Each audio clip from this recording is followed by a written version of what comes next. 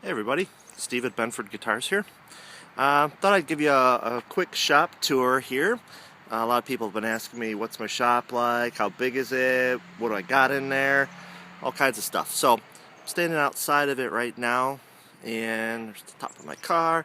And so we've got a front door here that people normally come in, but we've got this big garage door too, which today is just great out, so we got that open. So let's head on in. First thing we got when we walk in the door that people see, which isn't that awesome, is my wood pile. And this is slowly falling over, so that's going to be addressed here fairly quickly. Some sort of rack or something, but not a top priority. Slop sink and bathroom back there. But right away we get into some power tools. Here's a little 12-inch Grizzly thickness sander. It's great for doing all kinds of small blanks, just undersized for doing body blanks and things like that. So I still go over to a friend's house around the corner and do that. He's got a big, nice 36-inch sander, so I don't need that here. Then we've got a little Craftsman table saw. The sled setup on it is terrible, but the cutting is, the blade and the motor are so precise. I can cut paper thin veneers with this thing. It's great, but want to upgrade that in the future. Next, over here, directly across from that garage door we walked in, is a big pin router. And basically a pin router is, you have the router mechanism up there, the table moves up and down with that dial right there, and what happens is, right in this area, there's a pin that comes up that sits just proud above the table, and you put your template on that and it follows the template. So it's cutting the work surface from the top, but your template is on the bottom. And that's a really nice machine. I don't use it too much for templates, but one of the other guys in here does. I use it for thicknessing stuff, making really, really thin veneers if I need to, and other various projects. Over here is kind of a storage. We're reorganizing this as we speak, but it's all our fluids, paints, stains, glues, all of that stuff gets kind of stored over here on a shelf so the fire marshal doesn't get all mad at us. For dust extraction, we're just using a simple shop vac, and we just hook the hose up to it, or we hook the hose in there. Whipping back around, there's my car, but we've got this old work table with these 2x4s in it. We call it the rack, and it just has bungee cords hanging from it, and we hang it like when we're putting finishes on necks or bodies or something like that. We just hang them up there so they're out of the way and can dry. And we can also take that outside and spray paint stuff if we need to, or whatever you have. Let's go back over here.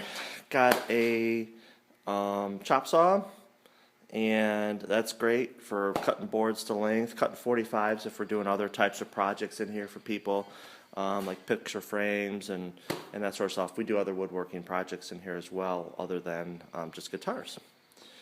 And there's a nice little table that we can pile stuff on and clutter it up. Over here we've got a 6-inch Powermatic joiner. This is great for putting edges on boards, for glue-ups, body blanks, tops, that sort of thing. My fence, that's a homemade fence because the one that's with it is aluminum and it actually warped. And the sliding mechanism on it to adjust it is really not good on this model, but so I have it kind of set in a fixed position, and that seems to be working for us. So over here, we've got a 13-inch planer. It's good for taking stock down to just around the size we need, and then we'll get it sanded from there. 13 inches is just over the size we need. 12 and 7/8 is about the size of a body width, and so we can barely squeak stuff through there. Little belt sander. I shape a lot of my necks, rough shape them with that, and then finish them off with a hand plane. And a rasp, little grinder thing, I guess. Yeah, bench grinder. As you can see, I don't use it too often. The person who owned this building, he moved and he was cleaning out a bunch of stuff and he gave that to me. So that sits there. I use that every so often, but not very often. There's my Zappa Crappa poster.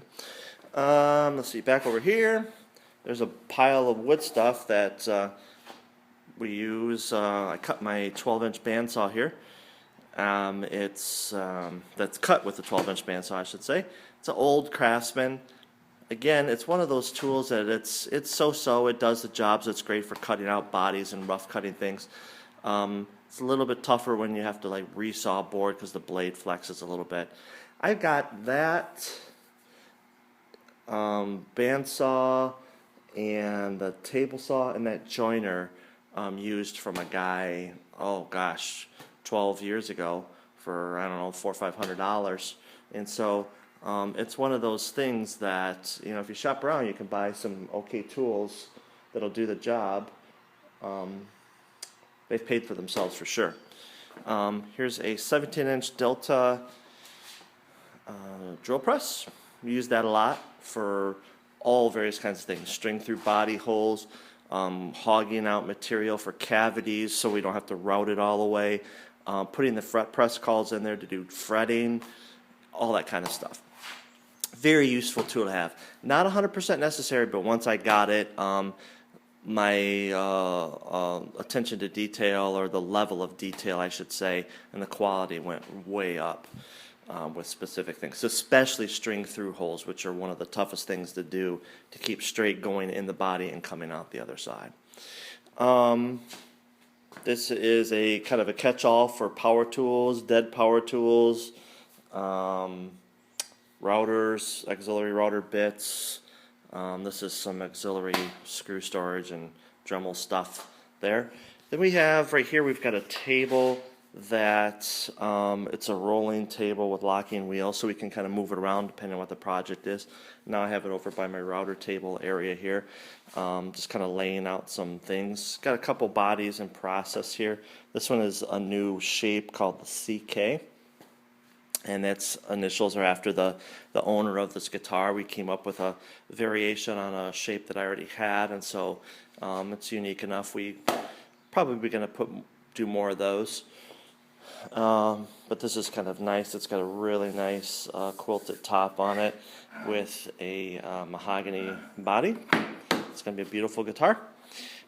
This one I posted pics of a while ago. This is a wormy butternut top with mahogany, or excuse me, walnut body, and I just pulled that off the rack. I haven't been able to really do much with it lately, and been thinking about that, so I like to set it out so when I walk by it I think about it again. Let's zoom over here. Now we're on the other side where that planer was. Right here we have a 10-inch disc sander.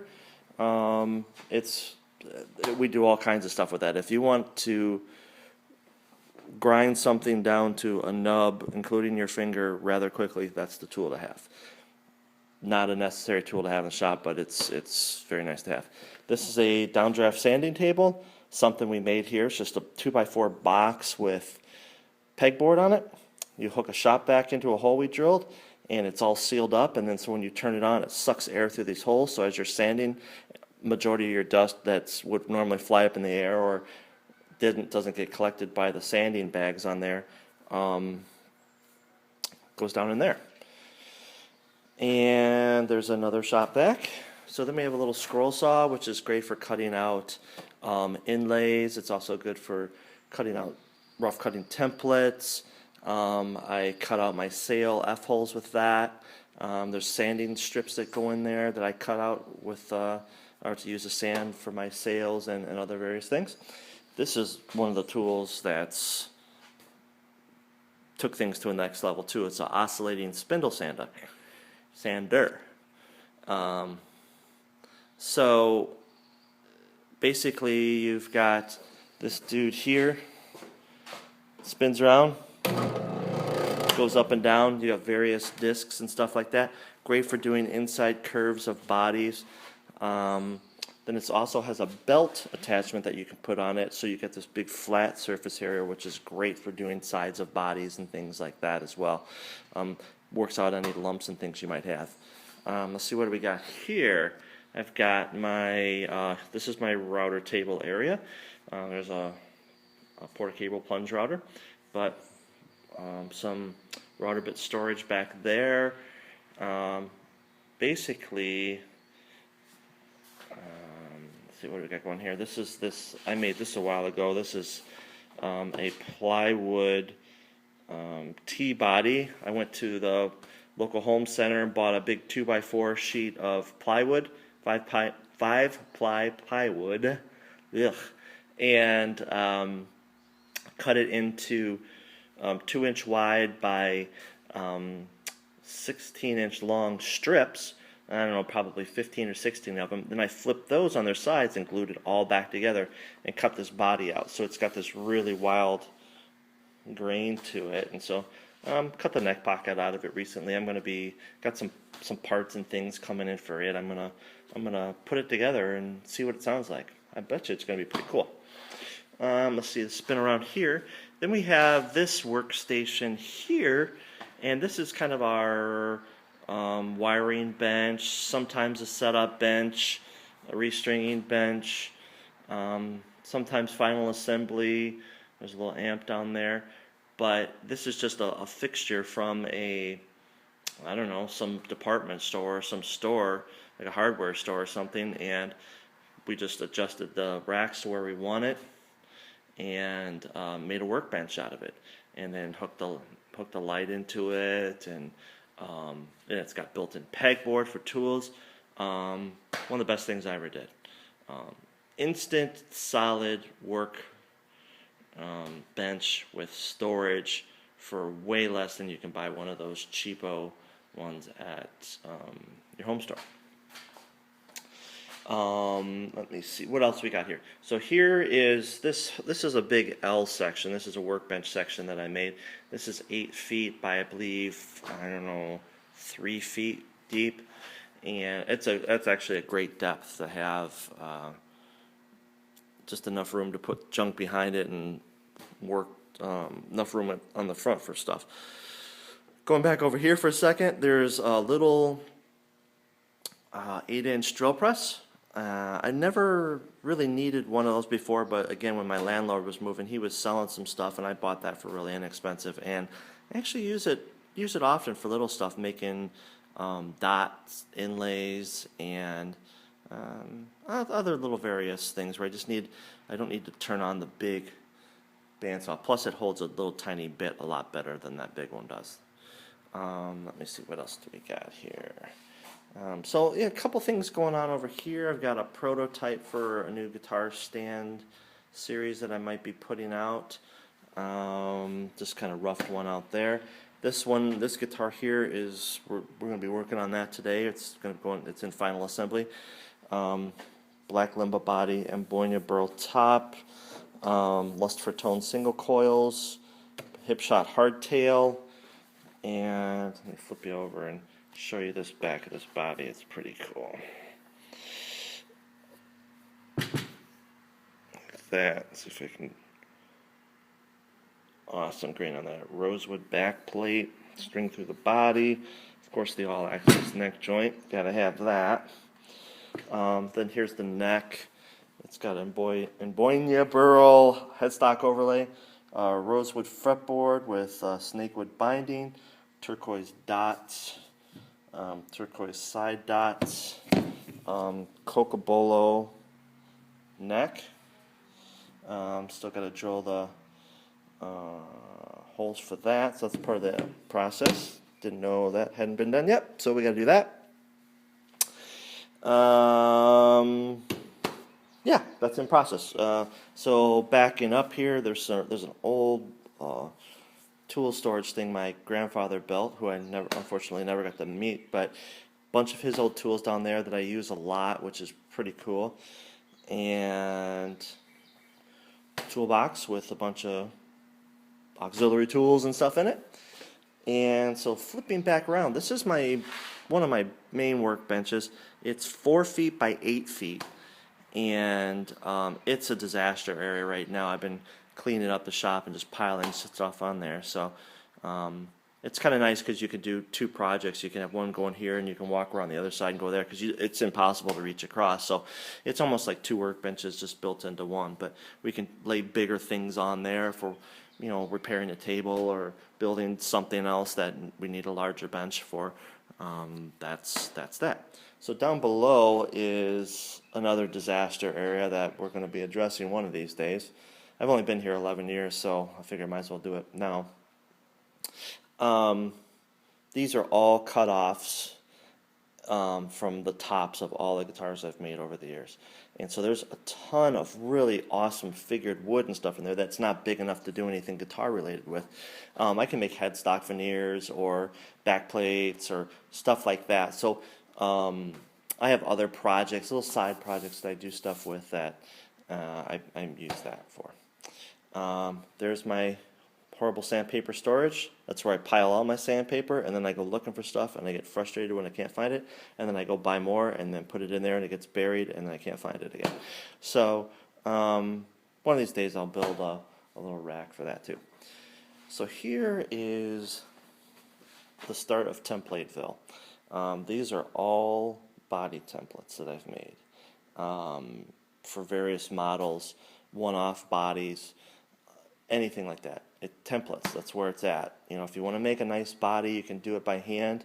I just posted recently on my Facebook page a little story of how I got started and showed pictures of the body that I cut out by hand with a jigsaw. So you don't need a template, but it sure does make things a lot nicer, especially if you're going to try to do this for a living and you have to deliver something that isn't hand cut. Unless you want to sand a long time with a block, which nobody really wants to do. So above that is, speaking of sanding blocks, it's different sanding blocks. There's a my station miter box for cutting fret slots. And just opposite that is the rest of Templateville. And this we're adjusting as we speak. There's a open spot over there for more pegboard, but these are all template, you know, standard neck pocket and humbucker templates, and up there is a radius jig for radiusing frets. That was a homemade thing, and so there's various things like that you can do. I mean, that was made out of maybe $5 worth of materials, or you could go buy the one for $90 to do it. And so I have $85 extra in my pocket because we made that, or a friend of mine made that. So all these templates, you know, I've got, as you can see, I've got hours and hours and hours of time into these templates. But, you know, if you're going to do things more than once, it's nice to have these templates. So makes things look really nice and professional. So here's the stuff where stuff hangs, you know, jobs in the works, or just things that I need to get to, or just kind of storage. You know, I've got there's one of my acoustics, my personal ones that needs some new electronics in it, customer's bass, an old bass that just we're not doing anything with. There's a customer guitar there. We're getting ready to re-neck that, and my second electric guitar I ever owned in my life. There's a story on the Facebook page about that. So down below that, oh, here is the elephant graveyard of necks and bodies of just old guitars, junk guitars that I've picked up various places and used to experiment or steal hardware off of to make things look distressed. You know, failed projects, those all go in there. Save it all. Nice wood cut-off storage, really nice, highly figured stuff in there. Here's a bunch of tops and stuff, nice, like, I don't know, probably 3 or 4, 5 flame maple tops, a burl top there, body blank. Down here, this is the matching, that customer that I showed you that S earlier. This is the T, matching T style that he's getting, so that top matches the other top. And so that one is probably 10% done. It's got a long way to go, but it's going to be very similar to that other one, but with T pickups in it. Let's see what else we got. So everybody typically gets a plastic bin with all their parts in it. Otherwise, if they're fortunate enough, they might get the Bigfoot or Sesame Street lunchbox to put their stuff in. There's my kind of violin bass that I made a long time ago, and I wired it up, and I never did really wire it so I liked the way it sounded. I had a Paisley pickup in there, and there was no preamp, and so I was having trouble getting it to work together with the regular electronics. So It came apart, and I took it apart. It didn't fall apart. I took it apart, and so I'm doing various things with it. One of these days I'll get back to that. Um, Gosh, fretboard, blank storage. We've made fretboards, ebony and different stuff. Cocobolo. Here's some bunch of cool maple ones. Awesome. This one's great. This one's even better. Flame maple. It's gonna go on this flame maple neck, that neck blank there. Here's a walnut and a book matched flame maple center. I guess we'll call it a 4-piece neck, and that's going to go on that CK model that I showed you earlier. And here's a nice walnut blank. Here's a rosewood and flame maple, quilted maple, whatever you want to say. Blank, some more cocobolo for that tea that I just told you about. So, that's almost it. Then just coming over here, I've got all my parts storage, some more tools, more parts. I managed a music store for a number of years, and when the store closed, we had all these parts bins of just stuff that we'd collected for the past 10 years. And so I got to take all those, and so I've got enough weirdo stuff in there to last me a lifetime. More screws and stuff down here. I've got, just other projects that we work on. Here's some lamps and beer cozies made out of pallet wood, and just miscellaneous storage. Mach 5 model up there that, I'm not sure why that's up there. And that's about it. So we're way back in the corner. And I don't know if I mentioned it, but the shop is 1,000 square feet. And it's part of a 2,000 square foot building, so I have the back half. And so it's basically 20 by 50. And ton of room here. I wish I had another 1,000 square feet. I could probably use it, but we just went through and reorganized this whole thing and freed up a ton of room that we didn't really know we had. So things are going pretty well. So hope you enjoyed the tour, and let me know if you got any questions. I'll probably be posting a video on some essential tools. Oh, you didn't see this, did you? I didn't show you this. Here's clamp fill. And I don't know how many clamps are there, but a lot, and we use them all the time. So clamps, clamping up a top, you got to use all of those, and at least I do. And anyway, that's worth seeing. So signing off here. Visit me at benfordguitars.com or on Facebook, Benford Guitars. You can be my friend if you'd like. Or at least like my page. And let me know if you guys need any custom guitars or anything else. Take care.